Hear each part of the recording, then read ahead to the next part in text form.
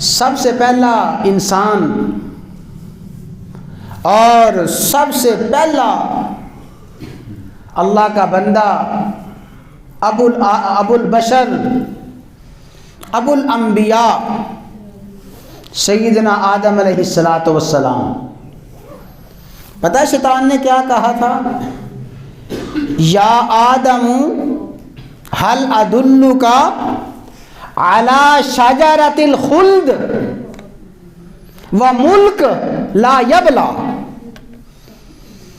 اے آدم، میں تجھے ایسا درخت نہ بتاؤں، اگر تو اس درخت کو کھائے گا تو کیا ہوگا؟ علی شجرۃ الخلد، درخت کو کھانے کا نتیجہ یہ ہوگا کہ تو ہمیشہ ہمیشہ اسی جنت میں رہے گا. وَمُلْكٌ لَا يَبْلَى، اور اس درخت کے پھل کو کھانے کی تاثیر یہ ہوگی تجھے ایسی بادشاہت ملے گی، تجھے ایسا اختیار ملے گا اور تجھے ایسا اقتدار ملے گا لا یبلا، جو کبھی ختم نہ ہوگا. یہ ہے شیطان کا وار. حالانکہ اللہ تعالیٰ نے تو شروع میں فرما دیا تھا وَلَا تَقْرَبَا هَٰذِهِ الشَّجَرَةَ فَتَكُونَا مِنَ الظَّالِمِينَ. اے آدم، اس درخت کے قریب بھی نہ جانا، کھانا تو دور کی بات ہے، قریب بھی نہ جانا.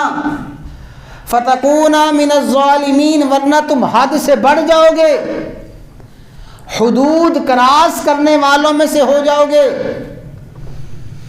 ہے اللہ کی نافرمانی، ہے گناہ، اور گناہ کو مزین کیسے کر رہا ہے؟ کہتا ہے کہ اے آدم، اگر یہ درخت کا پھل کھا لو گے، شجرۃ الخلد، ہمیشہ ہمیشہ جنت میں رہو گے. ملک لا یبلا، تمہیں ایسی بادشاہت ملے گی، ایسا اقتدار ملے گا جو کبھی ختم نہ ہوگا.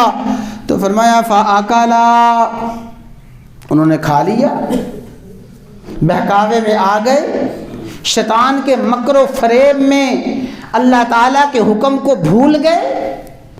تو شیطان اولاد آدم پر وار یوں کرتا ہے، اولاد آدم کے برے اعمال کو، گناہوں کو مزین اور خوشنما بنا کے پیش کر دیتا ہے.